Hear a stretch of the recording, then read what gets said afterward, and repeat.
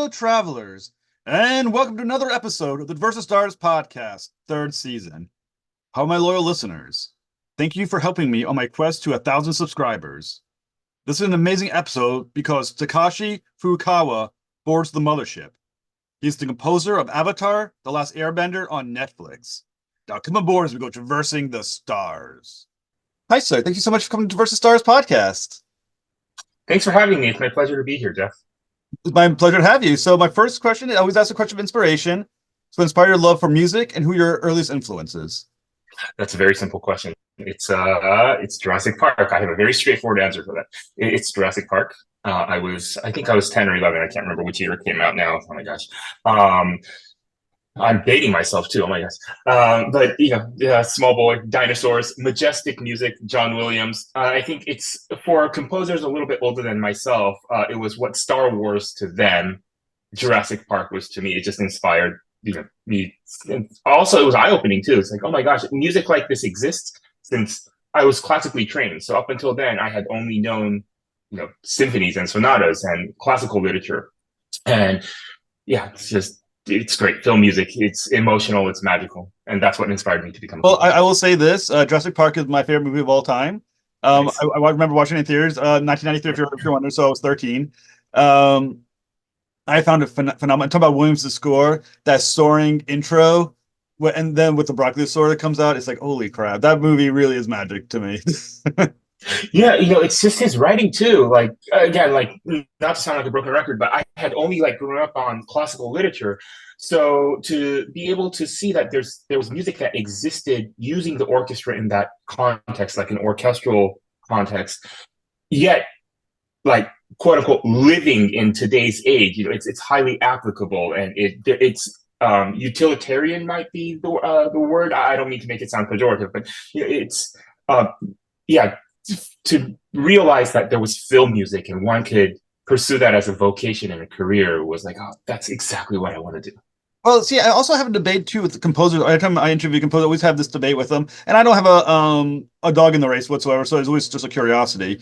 Always put John Williams in the group of composers that want you to know the music when it's played. In other words, you notice it all the time. It's there, it's soaring, it just captures you when it's playing. Then on the other side, I have like Hans Zimmer, which is kind of like this embedded music that's just kind of like incorporated into the movie, but you don't really often pick up on it.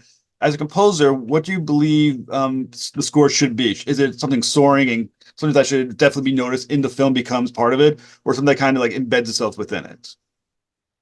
I think there's no reason why you can't have your feet in both worlds. I mean, definitely Hans Zimmer has the moments where you do definitely notice his music because he is a lot of his scores are so iconic. Likewise, I think John Williams, there's moments under dialogue where he just tends to pad or go quite thin and not be intrusive and have such a loud musical voice. So I wholeheartely believe that one can and should live in both worlds. Now, me personally, I'd love to just steer towards the former. It's just that's what we were born to do, right? Beautiful melodies and make our music hopefully heard. Like I said, I really enjoyed your music. I had the privilege of getting an early peek at your score for Avatar: The Last Airbender, and I think for a lot of fans of the original cartoon, like me, my wife introduced me to Avatar: The Last Airbender, and I watched it as an adult, and it was phenomenal. So, how familiar were you with Avatar: The Last Airbender when you were approached for the position? Um, I was fairly familiar with it. I had seen the cartoon, not in real time when it was released. I believe it was released in 2005. I was out of college by then, so I was busy working. But then after, like 2 or 3 years after it had released, I had seen it. And then a couple years passed, obviously. When I got the gig, I rewatched the entire series again. And I watched the entire series again once, just so that I could refamiliarize myself with it, get reacquainted with the universe. But then also, I didn't watch it after then, so that I wouldn't be Hmm. like so steered in the original direction.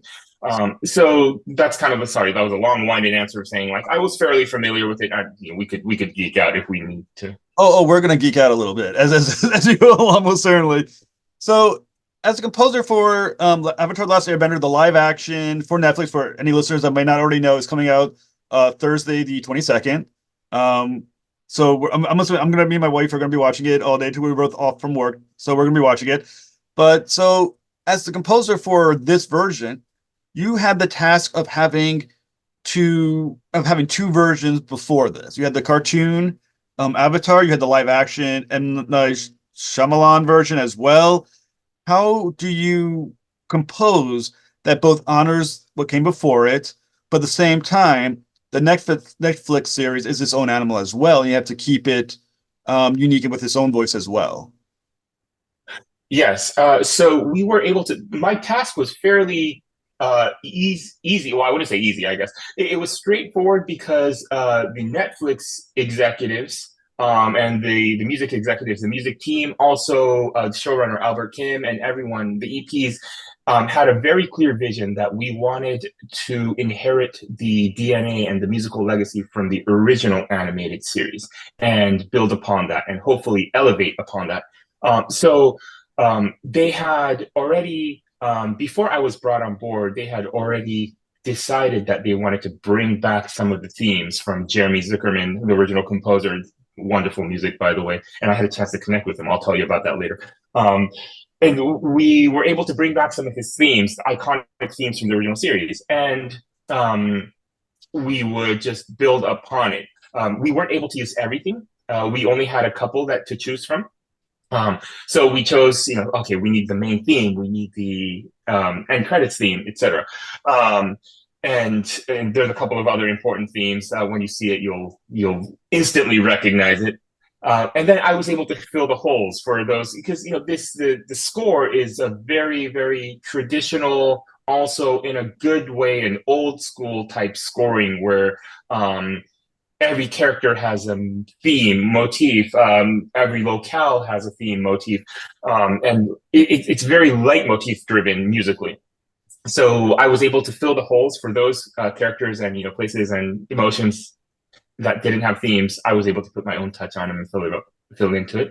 Also, I am an orchestral composer. That's what I live and breathe. So I think the original series, the music steered more towards traditional instruments. What does that mean? Traditional versus orchestrative. So for listeners who don't know the difference. Yes, so traditional means like world culturally influenced. I guess I'm not sure if ethnic is not like a PC word anymore, but it technically we used to call it ethnic instruments. Okay. So like you would have Chinese instruments, you would have Japanese instruments, and then the orchestra, we call them Western instruments, a Western orchestra. That is, primarily the music of Europe. This is like your violins and trumpets and concert flutes, not traditional flutes. Sorry, this is getting really, really confusing, I know. But, there's like a traditional flute out of India called the bansuri, or I mean, there's a lot of them, but Japan has its own traditional flutes. They tend to be a little bit more archaic because they've existed for millennia, ingrained in these specific cultures in these regions. But that's the difference. The concert flute of Europe, it's made out of metal and it has like all these very, very sophisticated keys, so it allows you to do a lot of things. Whereas like a Japanese shinobue or ryuteki, that's like those are the two names of, or two of the names of the many traditional flutes that are in Japan. They're just holes. They're just bamboo, sticks with holes, finger holes cut into them. So they don't have these intricate mechanics. And they are able to do something very, very different. And they produce a tone that's very, very different. But it's very, very colorful because of that exact reason.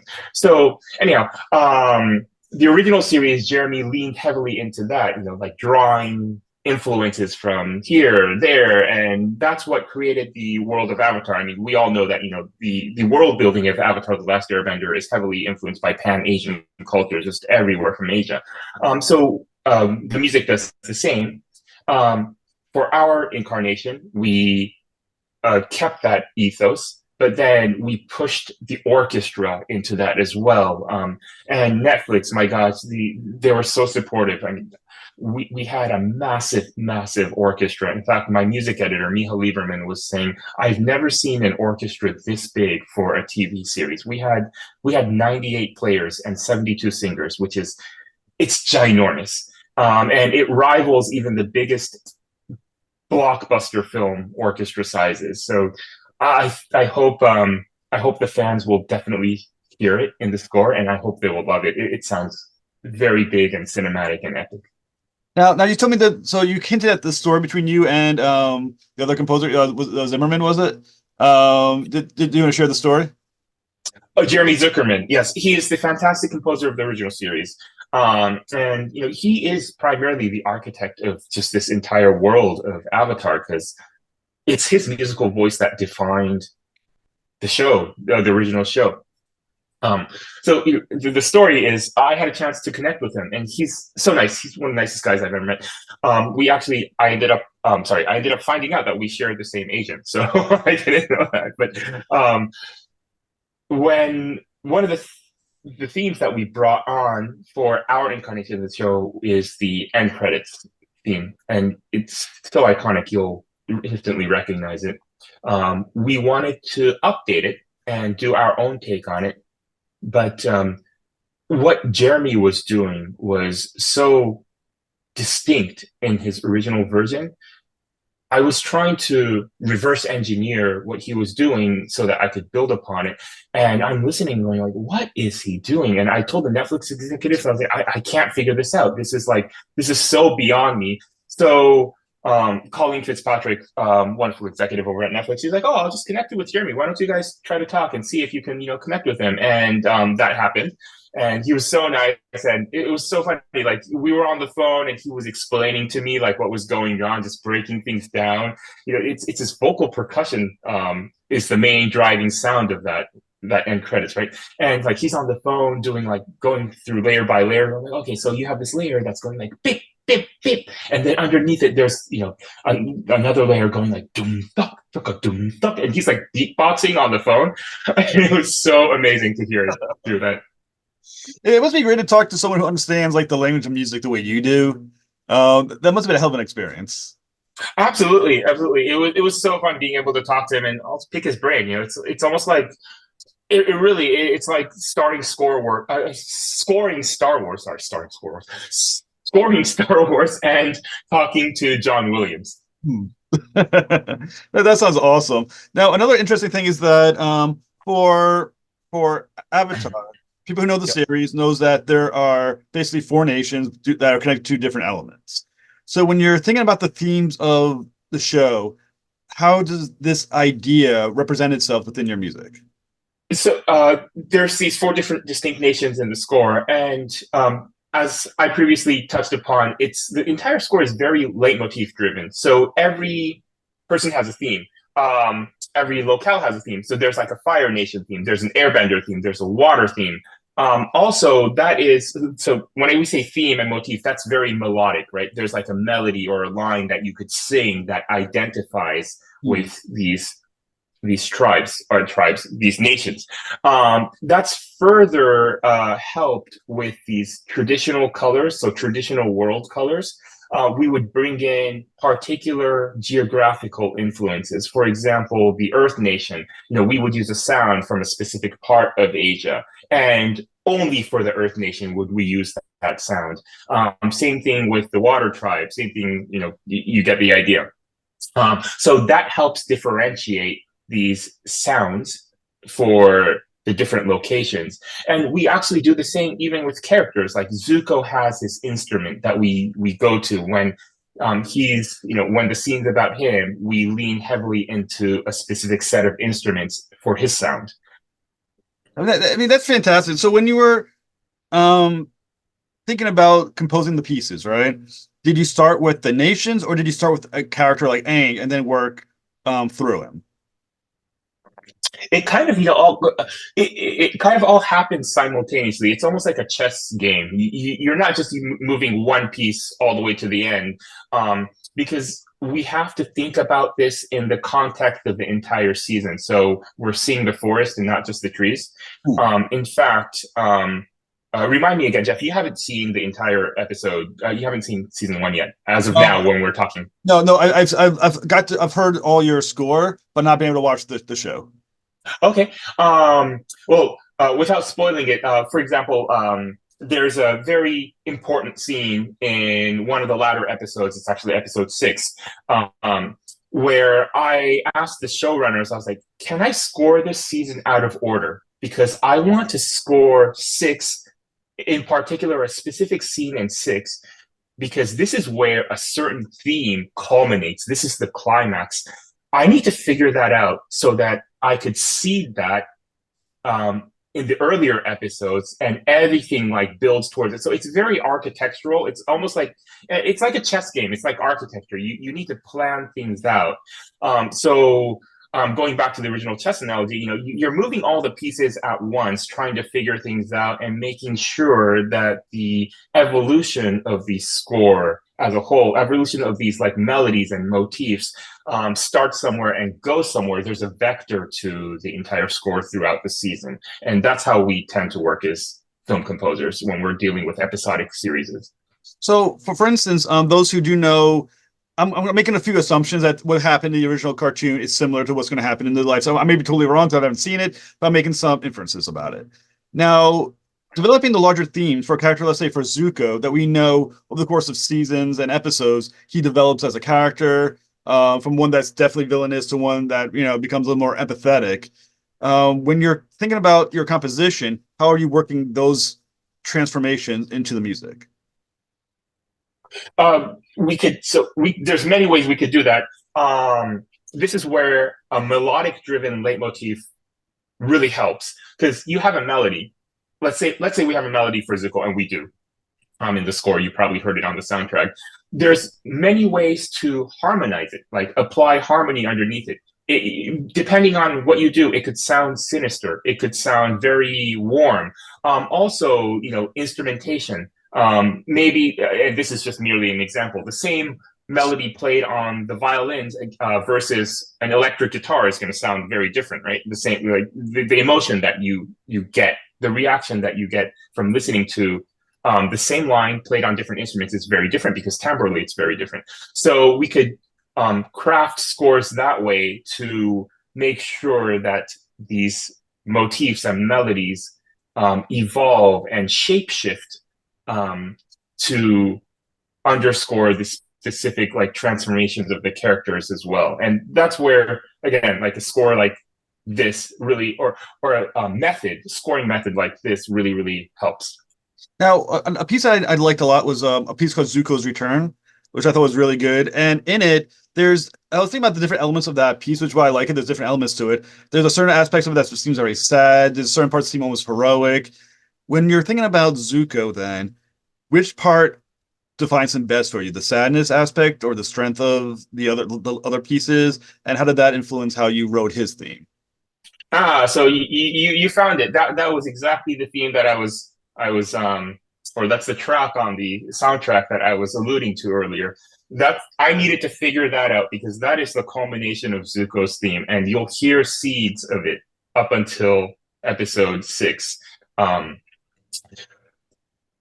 to me, I don't want to go off too big on a tangent, but Ong is our hero, obviously, but season one, really the two main story arcs for me is Katara and Zuko, because those two characters, they have their own journey, and obviously Ong does too. He's a conflicted hero who's thrown into this unwillingly. And we all know the story. He doesn't want to be the Avatar, but he has to. He has to step up. Same thing. Katara has her own journey, and Zuko has his own journey. And Zuko's journey, what I empathize with, because he's traumatized. He has. I mean, his father gave him major daddy issues, obviously, and he's trying to step up and grow into it and reconcile. And there's just a lot of hurt in him, and I think there's something very, very tragic in his backstory and characterization, which works really well in concert with just like my type of music, the type of music that I like to write, which is very emotional, a little bit dark, but also very lyrical and beautiful. I think there's like this tragic beauty to his character. So that's what I was mainly going for when I was writing his theme, and I hope you hear it in that track, the specific track that you mentioned, Zuko's Return. Well, like I said, I think it was fantastically done, and I think another character that, as we mentioned, is potentially even more complicated to write. I would imagine because I'm not a composer. Is Ang, or because he is a character that has to. You start off with theme, obviously, as, Airbender. Then over time, he learns other nations' powers and things of that nature, and he develops as a character and as a hero. How did you approach that complication of his character and how he grows throughout a series? And keeping in mind, you're probably going to have more than one season, to have to also build upon that as well. For Ong, it was I was helped out there greatly because we were able to bring in Jeremy's original Avatar theme, the bom dum bom dum bom, right? So when he's in the Avatar state, or for him, Ong as an Avatar, we have Jeremy's awesome theme. I needed to come up with an Ong theme, like a regular boy. He's just being the child that he is. And there are times where my theme and the Avatar theme kind of goes in and out because it's one and the same. It's two sides of the same card. It's one person. Um, so my task was fairly simple because we had the Avatar theme. I just needed to come up with an Ong, let's just call it innocent Ong theme, or just the air. But actually, it's technically the air theme as well. I didn't want to fragment these themes too much, so Ong's theme is the air theme, which is the Airbender's theme. Same thing with Katara. Katara's theme is the water theme, which you'll hear it. When we go to like Agnikela, you'll hear her theme because it is the water theme. I just didn't want like a million themes, just going in and out. So that's what I did with Ong. Now you just gave me an idea, which I might steal, because you mentioned, like he has to learn earth bending and water bending, which is absolutely correct. And I don't know why I didn't think about this until now, but eventually maybe I'll try to like sneak snippets of those themes into Ong's theme to see if I could, I don't know, mold it and transform it and make it coalesce. I might steal that idea. Hey, feel free. You're more than welcome to steal anything I say. Now, another piece I found very fascinating was the piece called "The Boy in the Iceberg," which obviously, once again, not having seen the show yet because it's not out till tomorrow, and they didn't give me a preview, unfortunately. Is I imagine that's when Aang is first discovered. From, if I remember the original series properly. Now, what I found interesting about the music is that it's not. It sounds more ominous. There's an ominous quality to it. But we know who Aang becomes, as he's heroic. So can you kind of go under the ominous undertones that you gave to that part of the score, and why that connects? Yes, I believe. I think the short answer is just wait a day. When you see it tomorrow, you'll see exactly why that piece of cue follows its specific trajectory. Um, yeah, it's just. I guess the short answer is I was scoring the scene. When you see it on screen, you'll go, "Oh, okay, obviously, exactly. This is why it makes sense." It starts ominous, and then towards the end, it gets heroic because of Ong emerging, so coming out of the iceberg. But just give it a day. I think that you'll appreciate it when you see it. I mean, there's so many good pieces. There's also the Earthbender piece. I think is a great piece. I think what thing I liked about it, the Earthbender part, is that there's this percussion that you put into it, and also you use vocals as instruments. And I found that fascinating, and it's also a beautiful aspect. The vocals are just beautiful. So can you kind of go into how you use vocals as instruments and why that's an important addition to an otherwise orchestrative piece? We did the whole spread for this. The world for Airbender is so big that we needed to use as much instruments as possible for two reasons. One is for color. We were drawing all these influences from Pan Asia, and we needed a very colorful musical paint set to be able to properly depict all these different regions and characters. But the other reason is scope. We just needed this score to sound big. When you see the show tomorrow, hopefully you'll love it. I fell in love with the VFX. It just looks epic. And I did not want the score to pale in comparison to what Jabbar Raisani, he's the VFX supervisor and one of the EPs, what he achieved visually. It's funny. On all these like projects of mine, I always have this little internal competition going. It's thinking like I am not going to let the music be the suckiest thing. Like, so we have this healthy competition going amongst the post crew to try to outdo each other, and I stuck to that mantra for this project as well. I was like, I am not going to let music pull this series down. It has to elevate it. It needs to sound big. It needs to be cinematic. It needs to sound larger than life. So, sorry, that was the longest preamble ever, but hence the chorus. You bring in a choir of, again, 72 singers. It's huge. Everything just sounds epic. It's like the Carmina Burana moment, right? Like, everyone going, big, massive sound, a wall of sound of human voices. Also, there's something very, very visceral about the human voice, which immediately draws you in. I think there's a tactile quality to the human voice because it's so inherent in us. I mean, it's the oldest instrument in the world, as everyone says. And I don't know, there's something about it where when you hear it, it just captures you and brings you into that moment. It's very visceral, I think, and that's the reason why we wanted to use the voice as well. I think it was fantastic, and I wondering. I think for some reason the voices as part of the instruments became the most noticeable in the Earth theme. Now, does that connect to the idea of Earth of coming from Earth, or is there a different reason why the voice is the most prominent in that nation's theme? My gosh, Jeff, you're full of great ideas today. I never thought about it that coming from the Earth thing. That's very eloquent. I never thought about it that way. It was more I was using the male tenor and bass voices for gravity. I think that was one of the key operative words for earthbending. Obviously, I know that's very straightforward, but whereas Earth is very airbending is very light and airy and higher up visually in like the timbral register. Earthbending is like lower in gravity. So that's why we use the voice because it grounds us. Oh, that's fantastic. There's another part I was thinking to myself. I don't know how your memory on it, but I believe if I get it right, there's a sound that plays during the boarding the iceberg. Oh, sorry, The iceberg. 50-second mark. It's at the 50-second mark. It's like a flute almost. That is a Native American flute. Okay.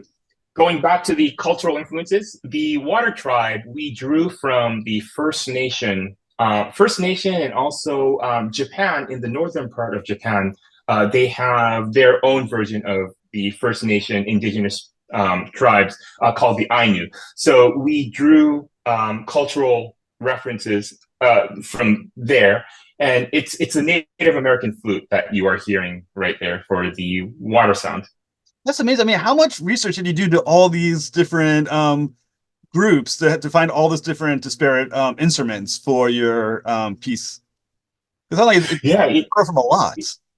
it was a massive, huge learning experience for me because obviously, I had known about these, but I had never gotten my hands right into and dug deep working with all these different traditional musicians and traditional instruments on such a deep scale and big and deep scale for hours and hours on end. So it was a big learning experience for me, and I think I'm forever grateful. I think I was able to um, supplement my knowledge throughout this musical journey writing season one of Avatar. Now, as you're discovering this, are you doing it by a synthesizer? Are you doing it by having someone play it? Or are you doing just learning the instrument yourself and playing it? How are you learning the nuances of these different instruments? Oh my gosh, I would never be able to play these instruments. um, Computer technology helps us. With modern computers, we have these things called samples, where it's mock-ups, it's computer renditions, it's kind of like CGs, and it's oftentimes very quick and crude. It's not a final quality, but at the very least, we're able to realize our ideas, hear it, and also convey that to the showrunners as well, because we need them to sign off on the musical direction. And then we would go and record these musicians who are professionals at each of their instruments, and it's a bit of both. Sometimes I would write the musical notes verbatim and ask them, okay, this is exactly what I want. Could you play it, please? And they would either do that or go, but it's not very idiomatic to the instrument. So why don't we change this a little bit here? And then it would fit under my fingers even better, or, it would be idiomatic to the instrument.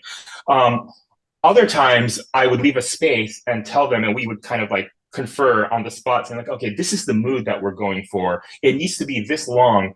Can you improvise? So it's almost like a jazz improvisation for the instrumentalist. Improvise for this space. Just do your thing, and then we do a couple of takes. Maybe we edit. Computer technology again. It's so awesome, and we'll just find like the right combination of pace or the improvisational phrases, and then make it fit. So, yes, I had to learn the instruments to a certain degree to know what it's capable of and what's idiomatic to the instrument.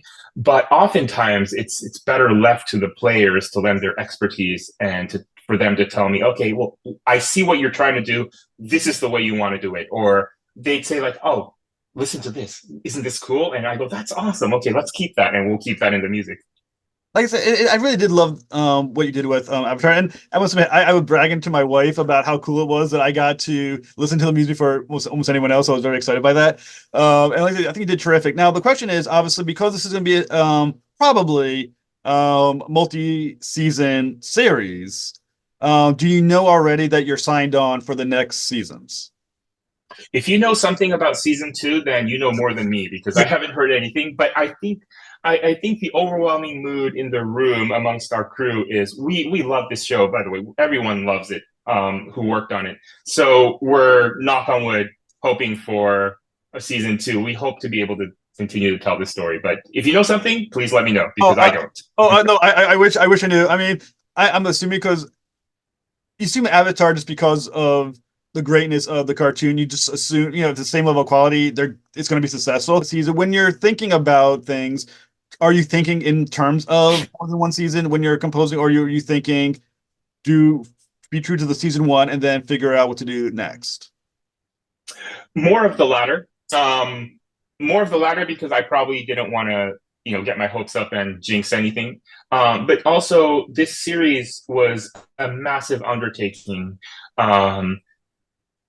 In fact, to borrow Jabbar Raisani, who is again one of our EPs and our VFX supervisor, in his words, and he's worked on shows like Game of Thrones and Stranger Things, so big shows. In his words, he was saying this is the biggest thing that he has ever worked on, both in terms of scale and workload. That was true for the music as well. I wrote close to 5.5 hours of music for season one. There's a lot of music, so I just needed to keep my head down and live day to day. And I didn't have the capacity to think so far ahead into the future, because there was just so much that needed to be done. And also, it would be amiss if I didn't give a shout out to the music team. I have my wonderful orchestrator, my engineer. This was a team effort. The other day, I was like going through the list of names of musicians and music team, and we have close to 550 people who worked on the music. Just like the number of orchestral musicians and soloists and crew, like engineers and recording assistants and whatnot. So it's been a massive team effort, and I guess I'm just saying this not to boast, but just to try to convey how big of a task this was. Like I said, I think it's terrific. And for the listeners, so they know on iTunes the soundtrack the score comes out tomorrow as well, same day as the Netflix launch. So please check it out on iTunes and wherever else you can find them. What's next for you? Um, I would like to get some sleep, catch up on sleep. So that's definitely next. After that, I originally come from video games as well. That's the other world that I have kind of been working in, and I'm working on a game right now, which comes out I think in about 2 years. The video game timeline is long. It's well, Avatar was long too because of the extensive post production VFX process, but that's what I'm currently working on at the moment. Things are highly secretive in video games, so I wish I could mention the title, but I can't. But hopefully, it'll be announced soon. I'm having a lot of fun working on it. Well, sir, it was an absolute honor to speak with you, sir. So whenever you're ready for your next project, come on and talk about it. It'd be a great honor for me. Thank you for having me, Jeff. It's been a pleasure talking to you. Have a fantastic night.